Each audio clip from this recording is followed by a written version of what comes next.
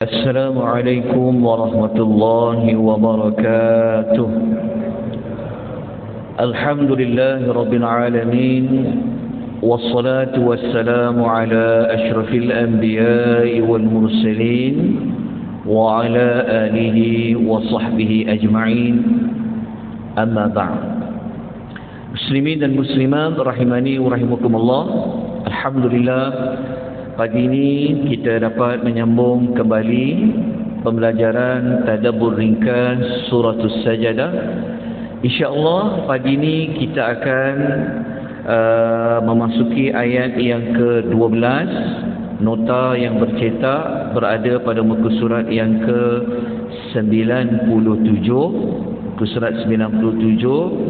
Manakala nota yang tuan-tuan lihat secara PDF soft copy, slide nombor 200. A'udzu billahi minasy syaithanir rajim.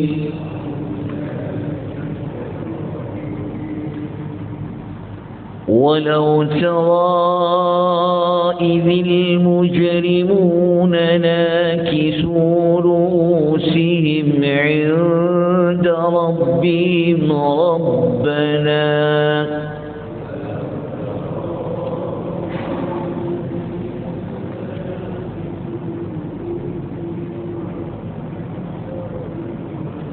ربنا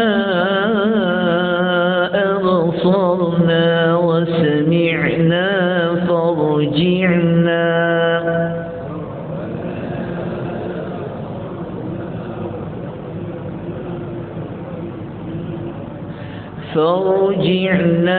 نعمل صالحا إنا موقنون.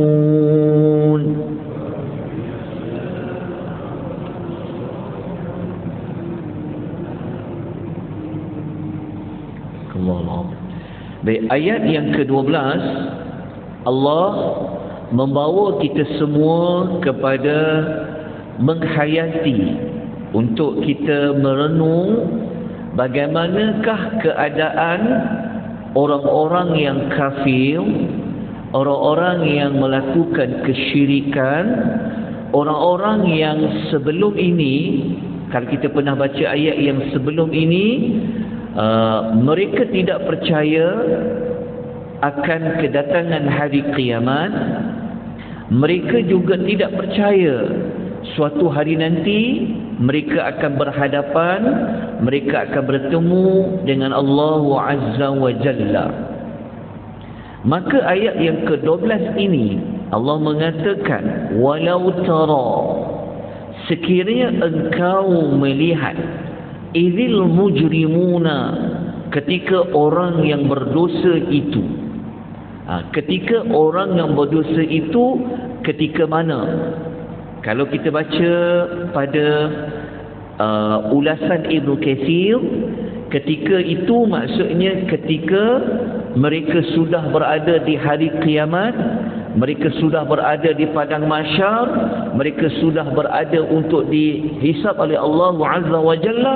Ketika itu mereka nakisu, mereka akan menundukkan ru'usihim, kepalanya, inda rabbihim, di hadapan Rabb mereka.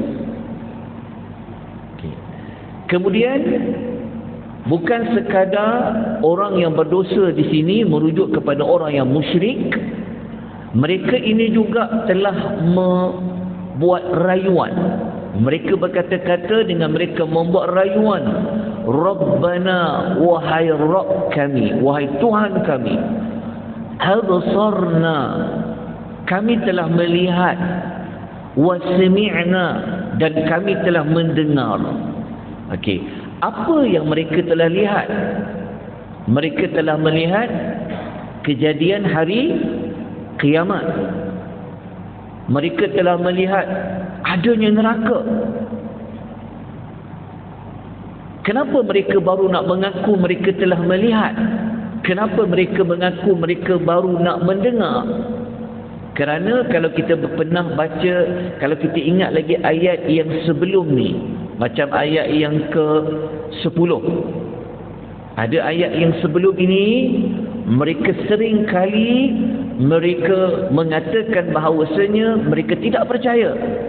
Kalau kita baca ayat sebelum ini yang Allah mengatakan waqalu a idza dhalalna fil ardi a inna la fi khalqin jadid. Kita ingat balik ayat yang sebelum ini yang mereka mengatakan, adakah nanti kalau manusia telah hancur, berada dimakan oleh tanah, kemudian adakah manusia akan dibangkitkan kembali dalam keadaan manusia yang baru?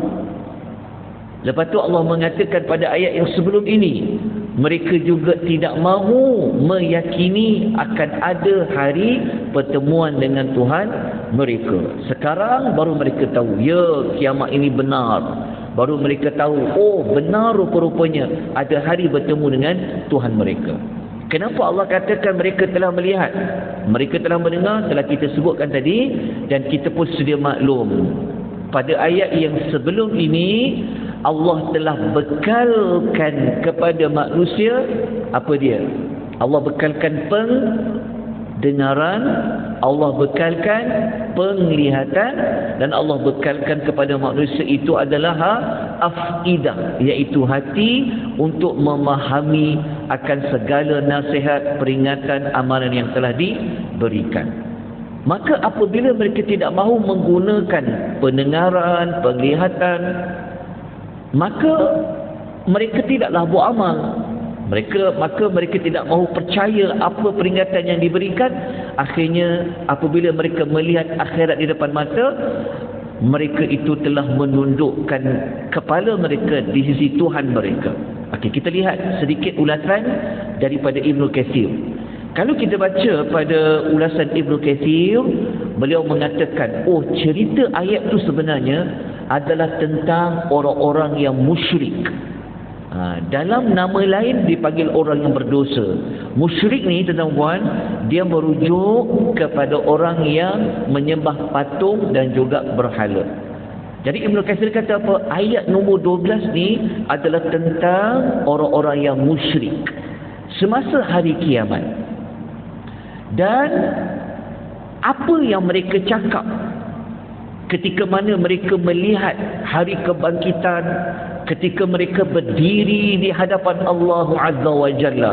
Masa itu mereka berada dalam keadaan yang sangat hina. Mereka merasa mereka dalam keadaan yang sangat menyesal, sehingga mereka menundukkan kepala mereka disebabkan malu, dan juga sebenarnya mereka berada dalam keadaan yang sangat takut. Kemudian kalau kita baca sedikit lagi ulasan daripada tafsir Al-Aisar, Syekh Abu Bakar Jabir Al-Jazairi mengatakan, kenapa mereka ini menundukkan kepala? Kenapa mereka rasa malu? Mereka telah merasa hina kerana perbuatan mereka sendirilah yang telah mengotori diri mereka dengan kesyirikan dan juga kerana maksiat. Okey, dalam masa yang sama, kalau kita baca pada ayat yang ke-12 tadi, mereka setelah mereka buat rayuan, mereka baru nak mengaku bahawa mereka itu telah beriman kepada hari akhirat, hari pertemuan dengan Tuhan mereka, maka mereka minta kepada Allah. Minta apa? Mereka nak minta supaya mereka dapat kembali dihidupkan ke dunia. Untuk apa mereka minta kembali hidup balik ke dunia? Mereka nak na'mal, supaya kami dapat mengerjakan amal-amal yang salih. Sebab apa? Sebab sekarang mereka telah yakin.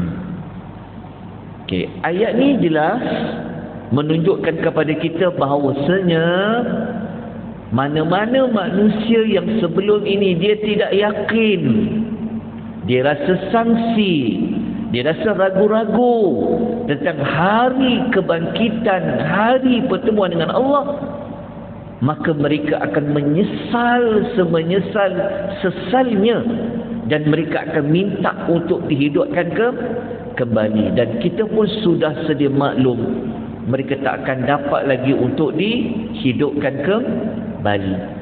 Jadi pelajaran yang kita boleh belajar daripada ayat yang ke-12 ini, Allah Ta'ala menceritakan kepada kita bagaimanakah pengakuan dan bagaimanakah penyesalan orang-orang yang kafir di hari akhirat. Persoalannya, adakah kita juga akan menjadi orang yang menyesal di hari akhirat? Kalau tuan-tuan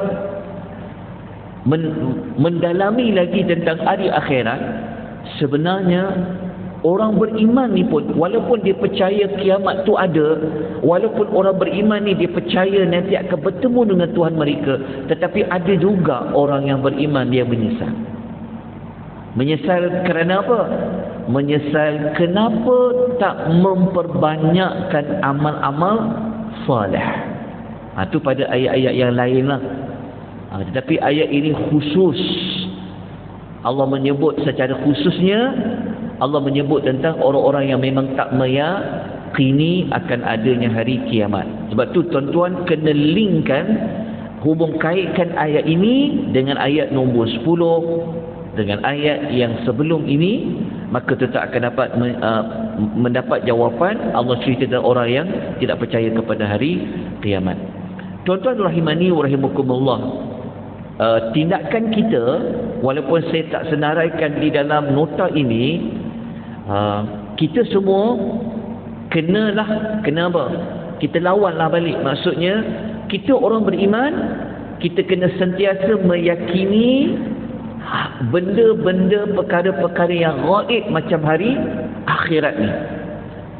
Kita orang beriman, kita percaya walaupun kita tak nampak. Kalau jadi macam mereka ni, dah nampak baru nak beriman, yang tu dah tak boleh buat apa-apa dah.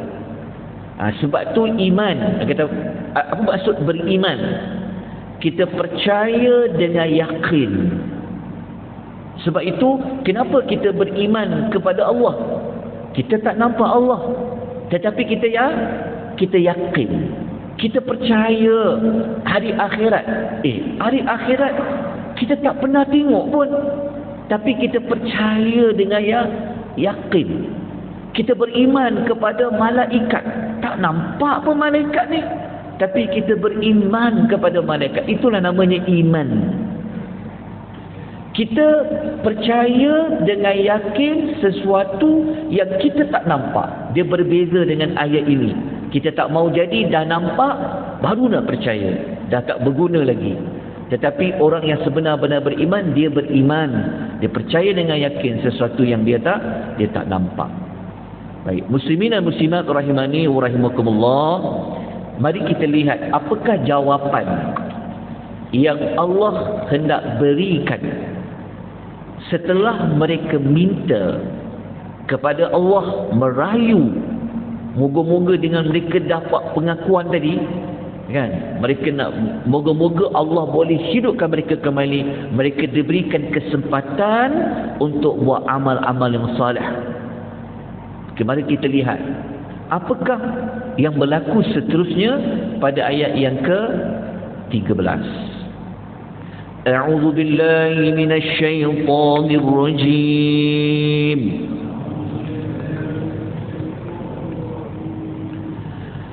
ولو شئنا لآتينا كل نفس هداها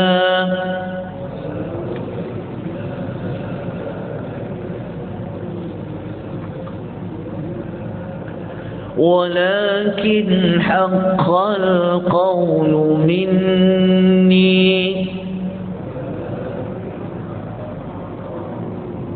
ولكن حق القول مني لأملأن جهنم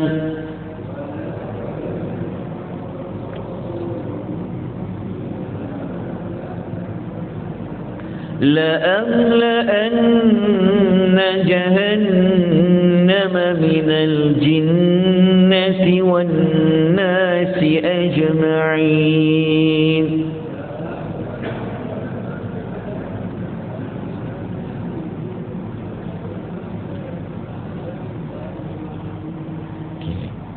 Allah mengatakan walau syi'na, jika kami kehendaki, la'ataina kulla nafsin hudaha, pasti kami berikan kepada setiap jiwa hudaha, iaitu hidayah, petunjuk baginya.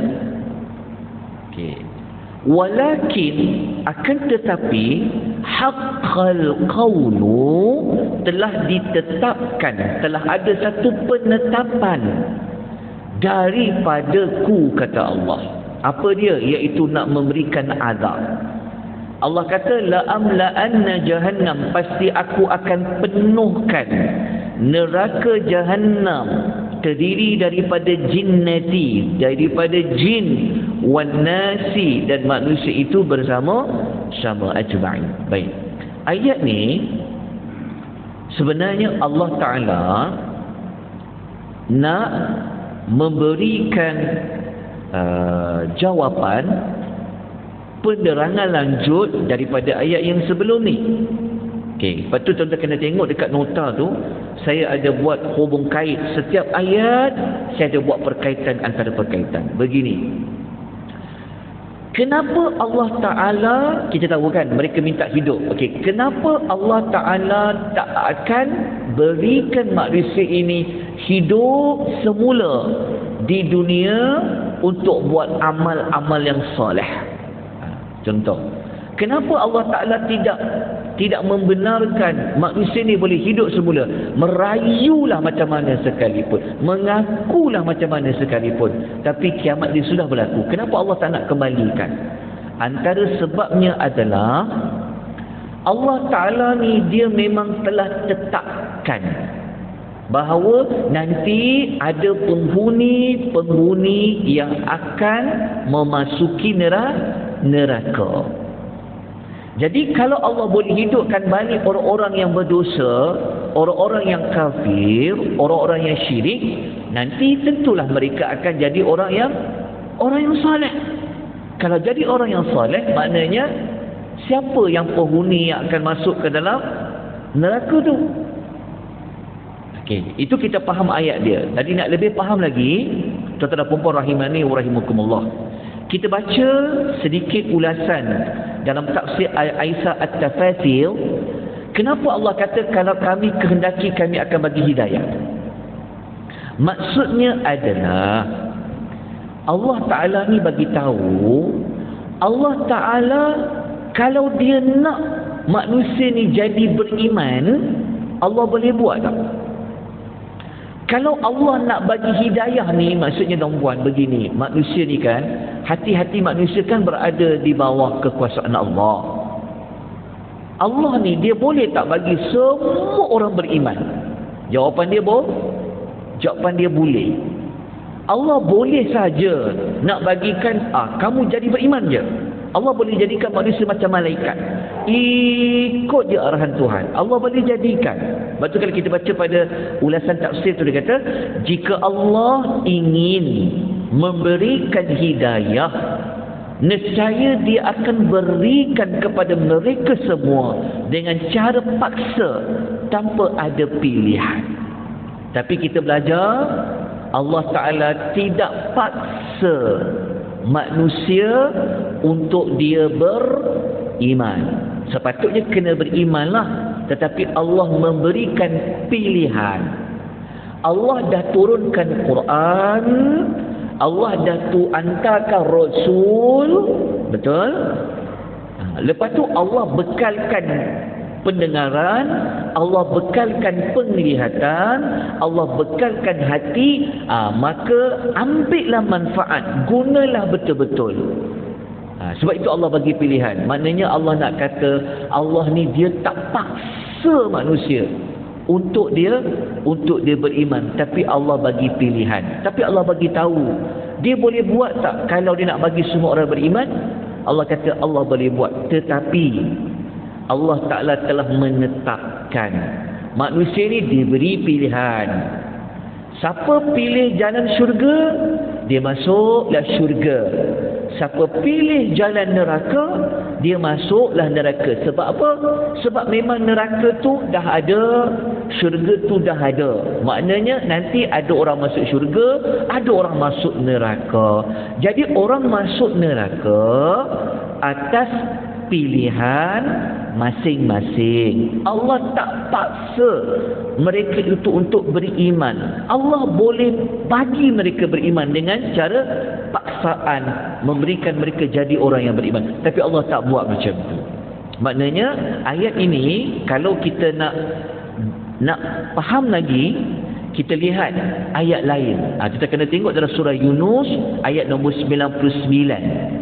Ayat Yunus, surah Yunus ayat nombor 99, tuan-tuan akan mendapati Allah mengatakan, walau syaa rabbuka la amana man fil ardi kulluhum ajma'in.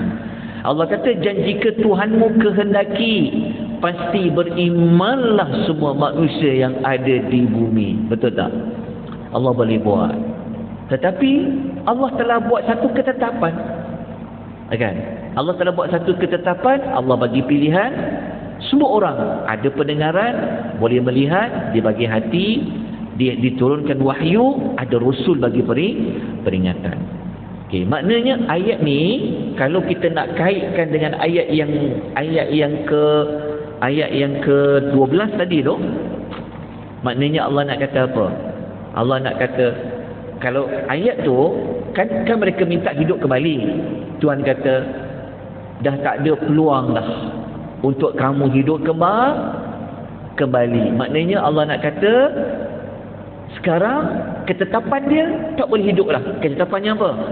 Ketetapannya masuk neraka Jahannam.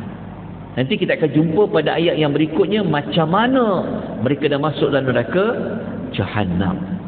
Okey, jadi kita lihat apakah pengajaran ayat ni. Ada dua. Nombor satu, manusia ini Allah memberikan pilihan. Dia boleh pilih salah satu daripada dua jalan. Salah satu dua jalan tu, jalan apa dua-dua tu? Dalam surah Insan ada, inna hadainahu sabil, sambung ayat dah. Inna hadainahu sabila imma syakira wa imma kafura. Itulah dua jalan. Maksudnya Allah ni dia bagi kita pilih masa hidup. Nak jadi orang yang banyak bersyukur ke, nak jadi orang yang kufur. Okey, yang kedua kita dapat belajar di sini janji Allah yang Allah akan tepati, iaitu mana-mana yang memilih jalan untuk tidak bersyukur, memilih jalan kafir, Allah akan penuhkan neraka itu dengan orang yang berdosa di kalangan jin dan juga manusia. Dalam ayat ni kalau tuan nak dapat jawapan, tuan kena ingat balik surah Yasin tu. Kenapa pula jin masuk neraka? Betul tak? Kalau kita baca ayat ni kan, apa jin dah buat? Kalau tuan-tuan hanya baca surah Sajadah, tuan tak jumpa jawapan dia lah. Jadi tuan kena baca balik surah apa? Kalau buka balik surah Yasin, tuan ingat balik ayat tu. Ayat yang Allah Ta'ala kata apa? Allah kata, وَلَقَدْ أَضَلَّ مِنْكُمْ جِبِلًّا كَثِيرًا. Rupa-rupanya, kenapa Allah sebutkan jin? Jin dekat sini merujuk kepada di kalangan para syaitan. Yang mana syaitan ini telah menyesatkan ramai manusia. Ni kena patah balik ingat surah Yasin. Sebab tu Allah ada menegur manusia. Alam a'had ilaikum ya bani Adam alla ta'budus syaitan. Ingat lagi ayat tu. Jadi kalau ambil balik maklumat dalam ayat surah Yasin, baru kita dapat jawapan kenapa Allah penuhkan juga neraka Jahannam dengan jin. Rupa-rupanya syaitan di kalangan jin ini, mereka telah menyesatkan ramai umat manusia. Jadi umat manusia yang ikut dia, yang sembah dia, maka Allah akan penuhkan neraka itu dengan dua jenis makhluk ini. Nanti insya-Allah besok kita akan masuk kepada ayat yang ke-14. Ayat yang ke-14 ni tuan-tuan dan puan, ayat yang mereka sudah berada di dalam neraka. Kalau ayat nombor 12 tadi, dia belum lagi berada dalam neraka. Dia sudah berada di padang mahsyar. Dia sudah melihat neraka. Dia sudah menyaksikan hari kiamat. Tetapi ayat 14 nanti Allah bawa kita pula macam mana Allah menyiksa, mengazab ahli neraka. Nanti kita akan baca ayat ni pada keesokan pagi insya-Allah. Aqulu qawli hadza wa astaghfirullahal azim wa billahi taufiq wal hidayah. Wassalamu alaikum warahmatullahi wabarakatuh. Subhanakallahumma wa bihamdika asyhadu an la ilaha illa anta astaghfiruka wa atubu ilaik. Wal 'asr innal insana lafi khusr illa alladhina amanu wa 'amilus salihat wa tawassaw bil haqq wa tawassaw bis sabr.